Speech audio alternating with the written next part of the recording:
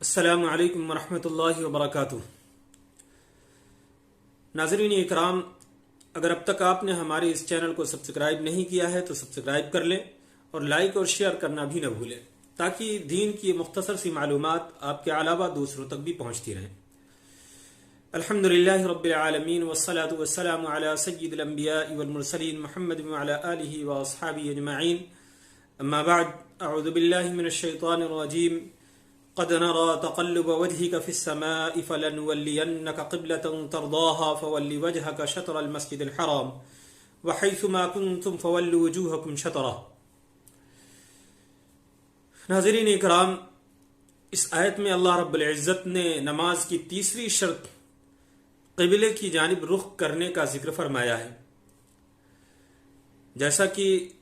اسلام کی تاریخ کو جاننے والے اور سیرت کو جاننے والے لوگ خوب اچھی طریقے سے جانتے ہیں کہ اسلام کی شروع کے زمانے میں مسلمان قبلہ اول یعنی مسجد اقصی کی جانب رخ کر کے نماز پڑھا کرتے تھے۔ اللہ کے نبی صلی اللہ علیہ وسلم جب تک مکہ معظمہ میں رہے تو خانہ کعبہ میں ایسے مقام پر، ایسی جگہ پر رخ کر کے آپ نماز پڑھتے کہ آپ کے سامنے خانہ کعبہ اور پھر قبلہ اول بھی آپ کے سامنے ہوتا۔ مدینہ منورہ تشریف لانے کے بعد 6 مہینے تک تو مسلمانوں نے قبلہ اول ہی کی جانب رخ کر کے نماز پڑھی۔ پھر اس کے بعد اللہ رب العزت نے اس آیت کو نازل فرمایا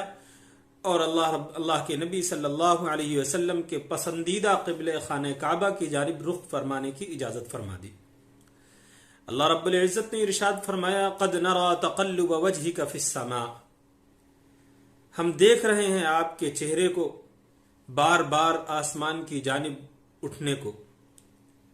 فَلَنُوَلِّيَنَّكَ قِبْلَةً تَرْضَاهَا،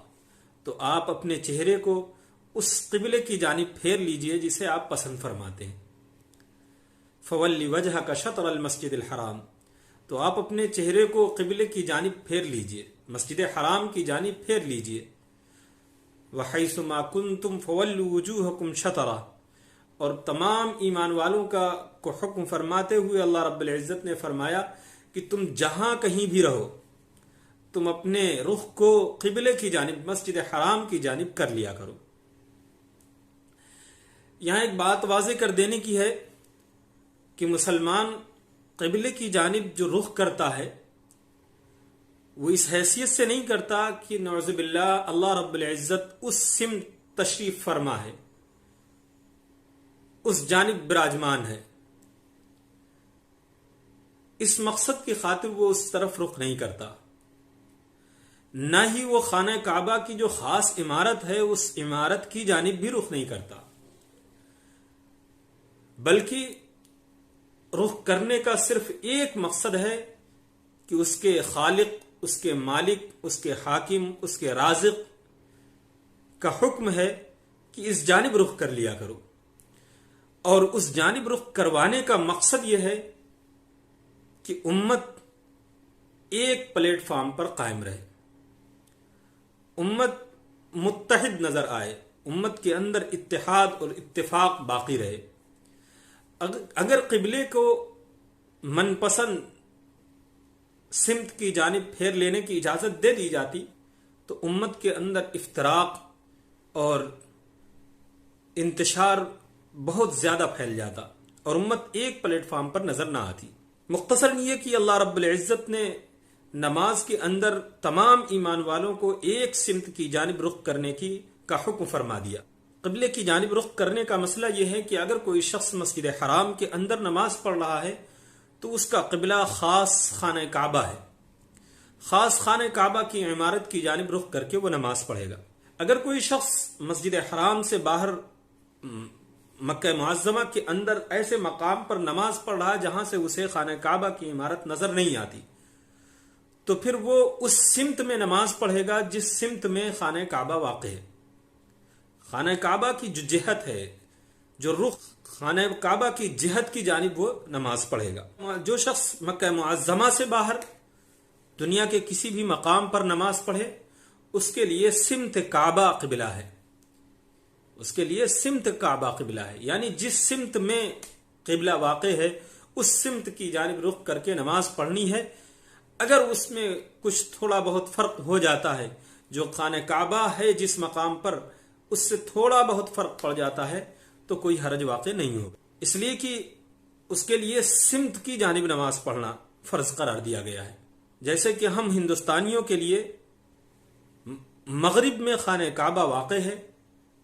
مکہ معظمہ اور خانہ کعبہ مغرب میں واقع ہے، یعنی پچھم کی طرف واقع ہے، اس لیے ہمیں پچھم کی طرف منہ کر کے نماز پڑھنا ہے۔ اب اگر کوئی شخص اپنے سینے کو قبلے کی جانب سے نماز کی حالت میں اتنی دیر کے لیے پھیر دے جتنی دیر میں تسبیحات پڑھی جاتی ہیں، سبحان ربی الاعلی یا سبحان ربی العظیم، یہ تسبیحات 3 مرتبہ پڑھنے کے بقدر اگر اس نے اپنے سینے کو پھیرے رکھا تو نماز فاسد ہو جائے گی، لیکن یہ کام بھول کر کے ہوا ہو۔ اگر کوئی شخص جان بوجھ کر کے اپنے سینے کو پھیر دے خانہ کعبہ سے دوسری جانب، قبلے سے دوسری جانب، تو پھیرتے ہی نماز فاسد ہو جائے گی۔ اور اگر کسی شخص نے اپنے سینے کو تو قبلے کی جانب رکھا لیکن چہرہ قبلے کی جانب سے پھیر دیا، تو چہرہ صرف قبلے کی جانب پھیرنے سے نماز فاسد تو نہ ہوگی لیکن مکروہ تحریمی ضرور ہوگی۔ اس لیے نماز پڑھتے وقت اپنی نگاہ، اپنے چہرہ، اپنا سینہ سب قبلے کی جانب ہونی چاہیے۔ اور اگر ہم ایسے مقام پر، ایسے جگہ پر نماز پڑھ رہے ہیں جہاں قبلے کا ہمیں اندازہ نہیں ہو رہا، تو آج کل کے دور میں بہت ہی آسان ہے، موبائل کے ذریعے سے سمت بہت اچھی طریقے سے معلوم ہو جاتی ہے اور کہیں بھی کھڑے ہو کر کے ہم نماز ادا کر سکتے ہیں۔ لیکن اگر خدا نخواستہ کسی کے پاس موبائل بھی نہ ہو اور رخ معلوم کرنے کا کوئی ذریعہ موجود نہ ہو، تو اس کے لیے پھر اللہ رب العزت نے دین میں یہ گنجائش رکھی ہے کہ وہ اپنی سوچ سے، اپنی سمجھ سے غور اور فکر کر کے جس جانب اس کا ذہن مائل ہو کہ اس جانب قبلہ ہے، اس جانب رخ کر کے نماز پڑھ لے۔